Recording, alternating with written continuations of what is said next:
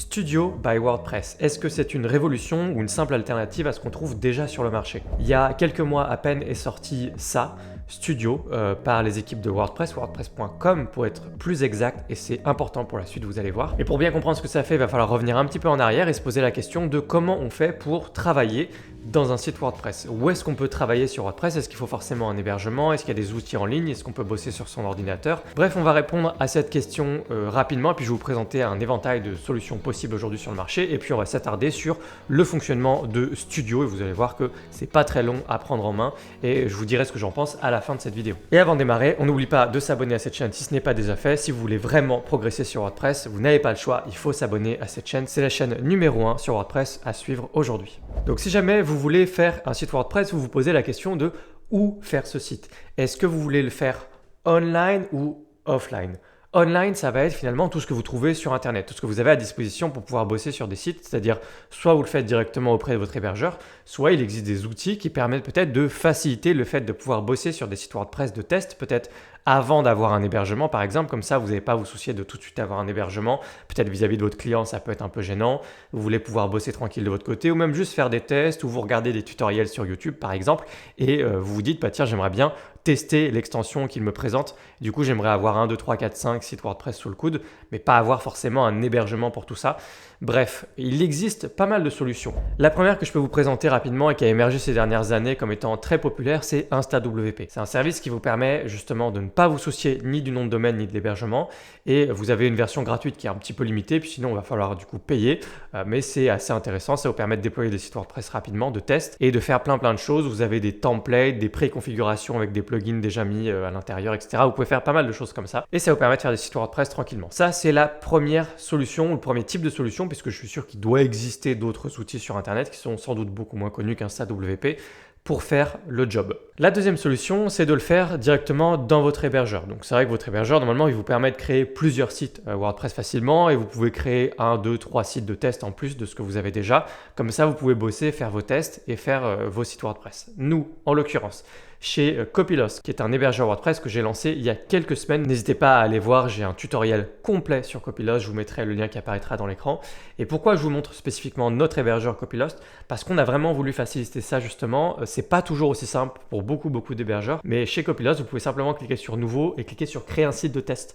Et à partir de là, vous allez pouvoir créer justement un site très rapidement, vous donner un nom, vous pouvez le générer rapidement des identifiants en mot de passe, faire un peu comme sur InstaWP et lui donner une date d'expiration également pour dire il expire dans 7 jours par exemple. Et puis vous pouvez le créer, ça va se créer en environ 20 à 30 secondes et vous avez un site de test et vous pouvez en créer plusieurs rapidement, même dès le premier niveau sur Copilhost, vous pouvez créer pas mal de sites de test et bricoler des choses, ce qui vous permet de bosser sur vos sites WordPress là aussi, sans vous soucier de l'hébergement. À partir du moment où vous avez déjà un hébergeur, mais Copilhost, ça joue le rôle à la fois d'un hébergeur et aussi du type de fonctionnalité que vous retrouvez sur InstaWP. C'est ça qu'on ambitionne de faire. Et puis, vous ne vous souciez pas du tout du nom de domaine puisque vous créez des sites, en l'occurrence avec des URL un peu aléatoires comme ça, qui terminent en copilhost.cloud, comme vous le feriez sur InstaWP par exemple. Donc ça, c'est le deuxième type de solution, c'est très pratique, c'est simplement d'utiliser votre hébergeur et avoir en fonction des outils qu'il vous donne. Donc ça va être plus difficile chez certains hébergeurs et rendu pas intuitif du tout, ou ça peut être beaucoup plus facile et intuitif comme chez Copilhost par exemple sur certains autres hébergeurs. Et puis enfin, il y a la troisième solution, et la troisième solution, c'est de bosser localement. Bosser localement, ça veut dire que vous allez faire votre site WordPress directement sur votre propre ordinateur sans vous soucier ni de l'hébergement ni du nom de domaine. Il y a des avantages et des inconvénients à faire ça. Les avantages, c'est que vous ne vous souciez ni de l'hébergement, ni du nom de domaine. Et vous bossez directement sur votre ordinateur. Vous pourriez même ne pas avoir besoin d'une connexion Internet pour bosser sur votre site WordPress. Bref, de ce point de vue-là, c'est assez pratique. L'inconvénient, c'est que quand vous bossez en local, très souvent, vous rencontrez des problèmes que vous ne vous rencontreriez pas si vous bossez directement sur InstaWP ou sur Copilhost par exemple, ou auprès de n'importe quel hébergeur. Vous rencontreriez toutes sortes de bugs, de conflits ou d'obstacles que vous n'auriez pas dans d'autres conditions. Et donc parfois, ça peut être très frustrant. Et puis même, l'installation de ces logiciels, des fois, pose problème pour beaucoup de personnes. J'aurais presque envie de dire une personne sur deux qui essaye de bosser en local a des problèmes avec son logiciel pour bosser en local. Donc là aussi, c'est très frustrant. Donc Donc il y a pas mal de frustrations qui existent quand on bosse en local, mais à partir du moment où on passe tous ces obstacles-là, qu'on comprend bien les enjeux de bosser en local, le fait qu'on ait besoin d'une connexion Internet évidemment pour pouvoir installer des extensions, ou le fait que si on veuille faire des appels à des serveurs externes pour installer des templates, des sites tout faits ou ce genre de choses, bien sûr là aussi il faut une connexion Internet.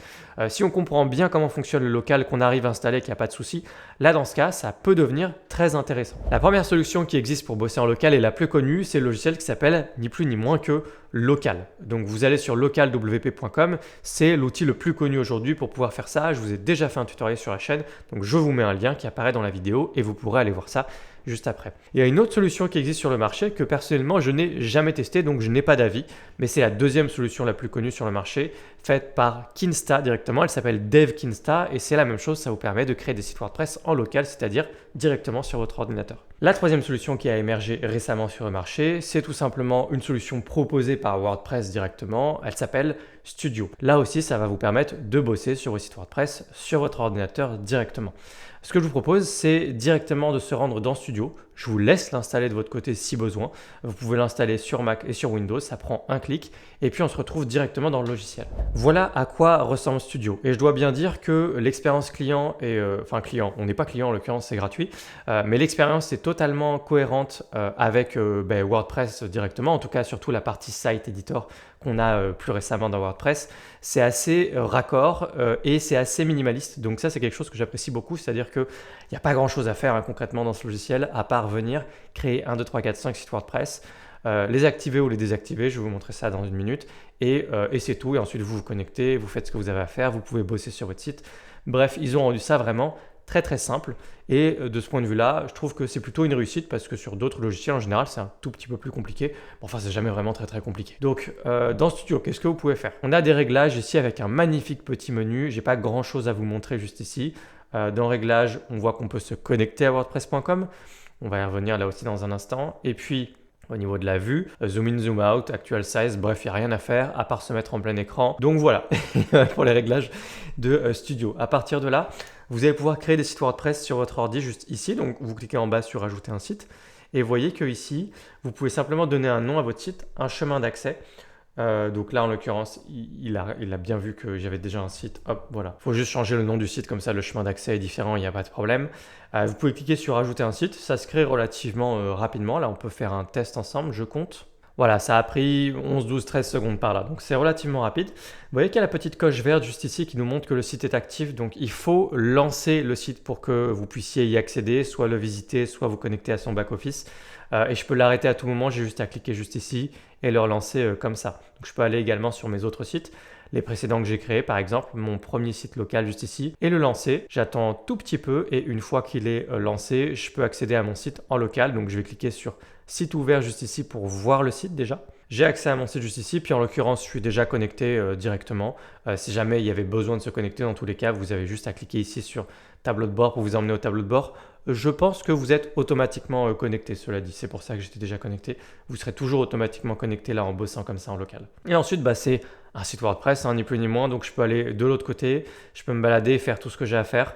Le premier commentaire que je pourrais faire déjà par rapport à Studio, parce que moi, en tout cas, l'expérience que moi j'en ai faite, ce qui n'a pas l'air d'être le cas de tout le monde en regardant un peu sur des forums Reddit, mais personnellement, c'est assez lent. Mon ordi n'est pas particulièrement lent.